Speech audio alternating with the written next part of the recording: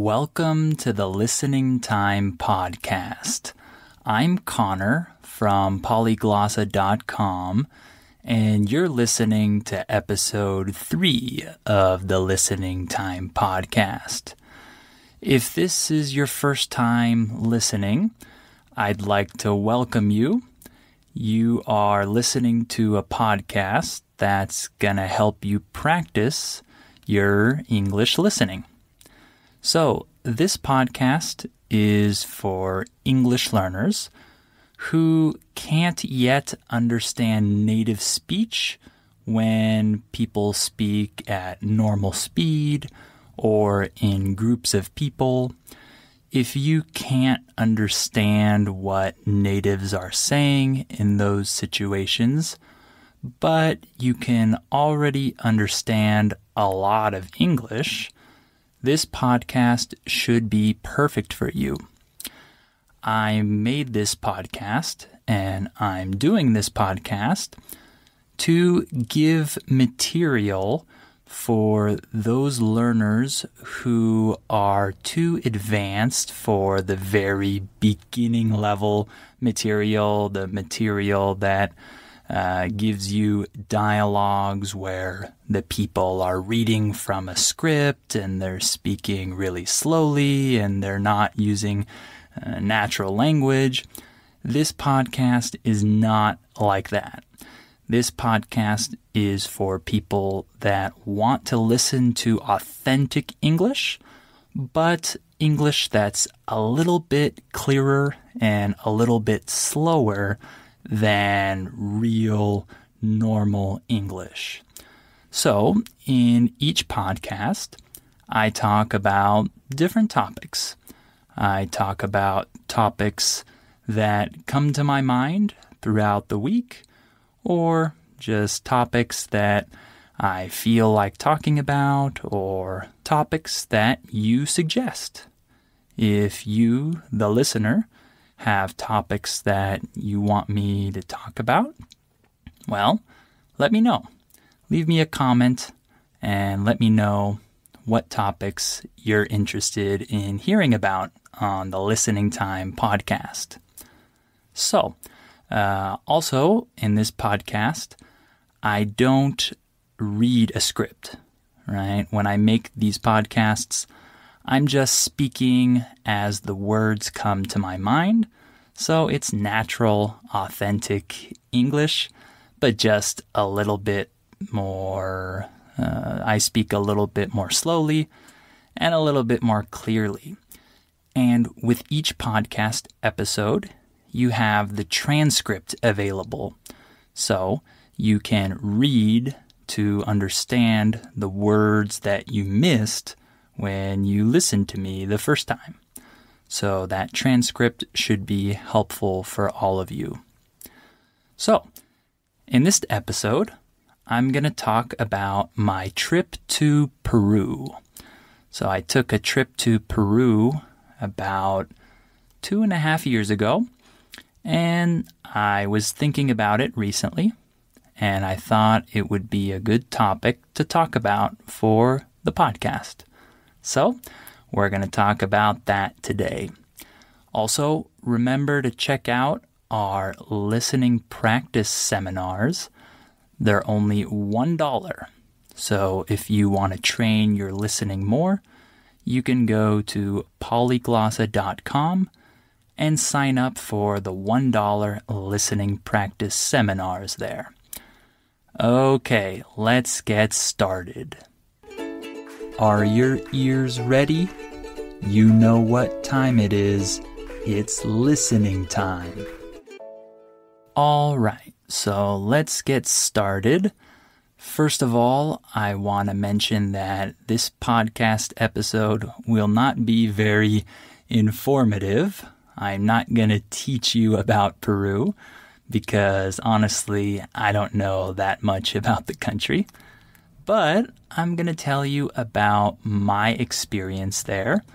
I'll just tell you a little bit about my trip and the things I saw, the places I went to, etc. It'll be an interesting topic for you to listen to, as you practice your comprehension skills. So, first of all, I flew from Guadalajara, Mexico to Mexico City. This was my first leg of the trip. I didn't fly directly to Peru because I don't think there are any direct flights from Guadalajara to Peru. There might be, but I don't think so. I don't think I've seen any. And so first I went to Mexico City, and I actually spent 2 nights there. So before my main part of the trip to Peru, I went to Mexico City first so I could fly from there. And I wanted to take advantage of the time that I was going to spend in Mexico City. So instead of just having a short layover there, I decided to rent an Airbnb and stay for 2 nights there. So I had a good time in Mexico City by myself. Then, after that, I flew from Mexico City to Lima, Peru. And I didn't fly alone because my friend actually went with me on the trip. I guess I should tell you about him now. He's the one who actually paid for my trip to go to Peru. He really wanted to go, and he wanted to take someone with him who spoke Spanish, because at that time he didn't speak any Spanish, and so he wanted to make the trip a little bit easier for him.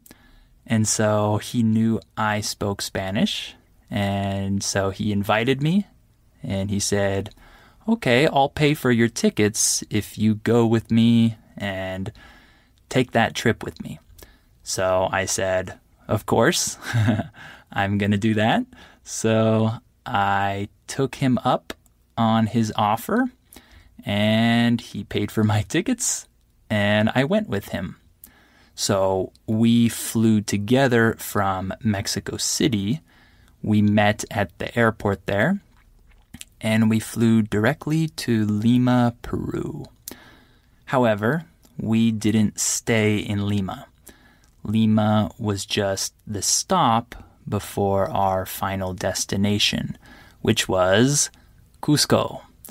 I'm sure some of you already predicted that, right?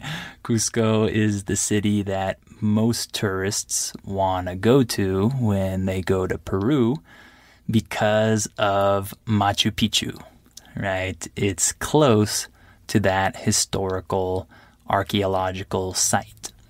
So we didn't get to see Lima. We just stayed in the airport there. And then we flew to Cusco. So when we got to Cusco, we actually didn't take a taxi from the airport to the main city because we thought, it's early and we have time to kill, so why don't we just walk from the airport to the city? It was, I think, 6 a.m., and we were going to stay in a hostel, and the hostel didn't let us check in until the afternoon. So we said, okay, we have no rush, so let's just walk to the city. So we ignored all the taxi drivers who wanted to take us there, and we walked for probably 45 minutes to the city.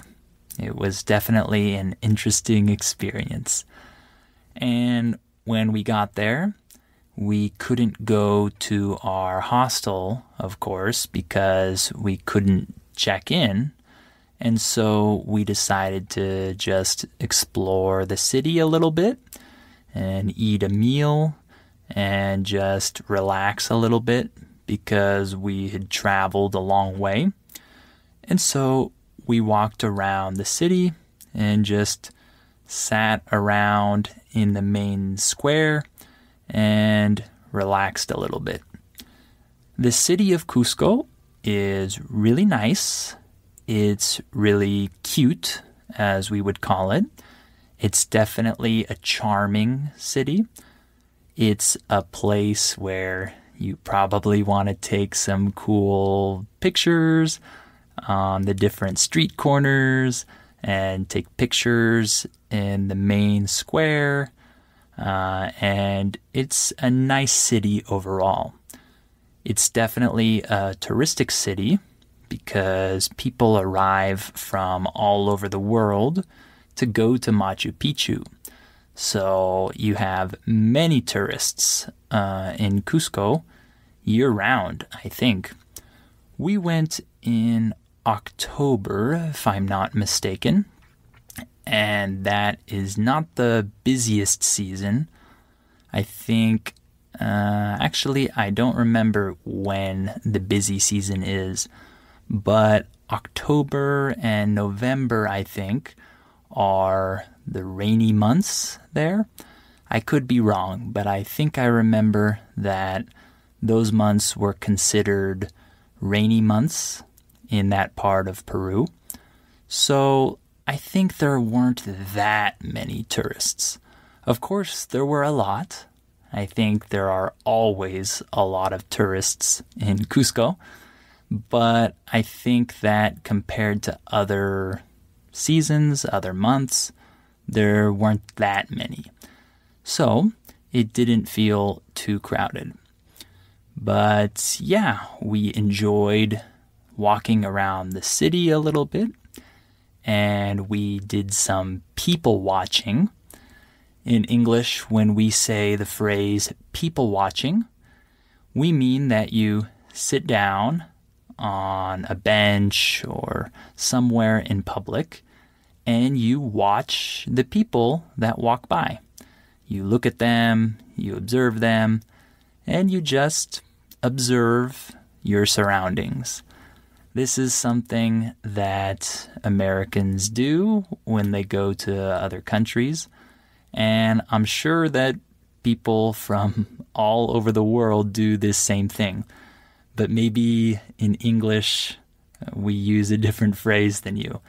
We say to people watch. So we did some people watching there in the city center, in the downtown area. And it was very funny because the people there, at least in that part of Peru, are pretty short on average. The people are not very tall. And so it was funny because I'm pretty tall. I'm about 186 centimeters, I think. But my friend, he's very tall. So I think he's 203, if I'm not mistaken. So he's very tall. And so the people there, the locals, they were amazed to see someone that tall in their city. So on 2 occasions, the locals stopped us and asked us to take a photo with them because they were so amazed about how tall my friend was. So they literally stopped us and said, "Hey, can we take a photo with you?" And then the different family members took turns taking pictures with my friend and sometimes with me and my friend. But it was a funny experience for sure. So let's talk about Machu Picchu. This is the main attraction of Peru. This is the #1 site that everyone wants to visit. And for good reason, because let me tell you, it's unbelievable. It's an incredible place. I'm sure that if you've been there before, you would agree with my statement. It's really cool. And so in order to get to Machu Picchu, you first have to take some kind of bus or taxi or something to a train station, and then you get on this train, and then it takes you through a really beautiful nature landscape to the base of the mountain where Machu Picchu is. So after you get off that train, you have to take another bus to get up to the top of the mountain where Machu Picchu is. So when we got up to the top of the mountain, we realized very quickly that we were very high in the sky. The altitude was very high there. I can't remember the exact number, but I can tell you for sure that it was high. And we realized this very quickly because we were short of breath. When you're short of breath, that means that you're having trouble breathing normally. You breathe more forcefully. You have to breathe very fast to make sure you don't pass out, right? If you pass out, that means you faint, you lose consciousness, you fall asleep, so to say. So you have to breathe very fast, and you have to take a lot of breaks when you're walking because it's very difficult for your heart to deal with that altitude. So it was a challenge for us to walk up and down those stairs at the top of the mountain, but it was worth it because in a very short time we had arrived at the viewpoint of Machu Picchu. And when you first see the view of the ruins, it's like magic, right? It's really, really awesome. You've probably seen pictures of Machu Picchu in books or in magazines or on the internet before. And so I know I had seen many pictures before. So it was so surreal for me to actually be there and to see that view in person. It was really amazing. And so I think that we sat down and just looked at the ruins and observed the scenery for a long time. We probably did that for an hour, just looking at the site. It was so amazing because it's really isolated. You don't have a lot of other signs of civilization nearby. It's at the top of this mountain, and around you are other mountains and hills and rocks, and there's nothing there. And so you can understand why this place was hidden from the rest of the world for so long, because it was probably really hard to find it. It's definitely isolated in the mountains. But yeah, we walked down and walked through the ruins, through the different parts of the city. And we didn't take a tour, but we did listen a little bit to the other tours that were around us, because many people were taking tours and we could hear the tour guides talking. So even though we didn't pay for a tour, we were still able to listen and learn a lot about the site. So Machu Picchu was definitely the highlight of the trip, of course, but it wasn't the only site that we visited.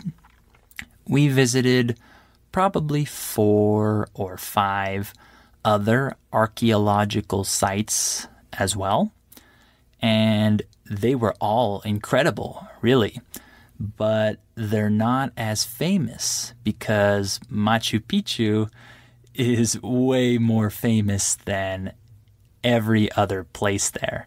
So people don't really think about these other cool sites because they're mainly interested in Machu Picchu. So it's understandable, but I just want you to know that there are other really cool sites there as well. So in regards to the food, unfortunately, I didn't go to many good food places to eat, and that's because my friend is not the type of person who's really interested in trying a bunch of food. So unfortunately, I didn't try all the foods that I wanted to try, but I did try guinea pig. If you don't know what guinea pig is, this is a small animal. It's a little bigger than a rat, but it kind of looks like a rat. It's a pet in many countries. In the United States, many people have guinea pigs as pets. But in places like Peru and Ecuador and places like that, people eat guinea pigs. So I thought it would be cool to try one. So we went to a restaurant near our hostel and I ate a whole guinea pig. I can't say that it was delicious. It definitely wasn't. But it was interesting. It wasn't horrible, but it definitely didn't taste like chicken. It had a distinct flavor to it. So I don't really know how to describe the flavor exactly, but I recommend you try guinea pig if you ever go to Peru. It's a fun experience, I think. And one last thing that's interesting about Cusco and the areas around there with high altitude is that you find and you see these coca leaves everywhere. Coca leaves are leaves of the coca plant, and this is the same plant that is used to make cocaine, I believe. And so these leaves are used to help you not get sick from the high altitude. So people drink coca leaf tea there to help them with their altitude sickness. So my friend and I drank this tea multiple times every day to help us not feel so bad from the high altitude, because it's easy to feel sick when you're so high up. So that was a funny thing that I remember from there, is that we were constantly drinking coca leaf tea, but coca leaves are illegal in many countries, like in the United States. So that was an experience that I probably won't have again unless I return to Peru. So hopefully it was interesting for you to hear a little bit about my trip to Peru. And I know I didn't teach you a lot about the country, but that's okay. I'm sure you can go there at some point in the future and learn more, or you can just learn online. And if you really want to go, then I recommend it. I highly recommend it. I think that it's a marvelous place to travel to, and specifically Machu Picchu is amazing, of course. So, thank you for listening to episode 3 of the Listening Time podcast. And remember to check out our listening practice seminars at polyglossa.com. And if you need more listening practice, also you can check out our YouTube channel, youtube.com/polyglossa, and you'll find many listening practice videos on that channel. So I hope you'll join me next time for episode 4 of the Listening Time podcast.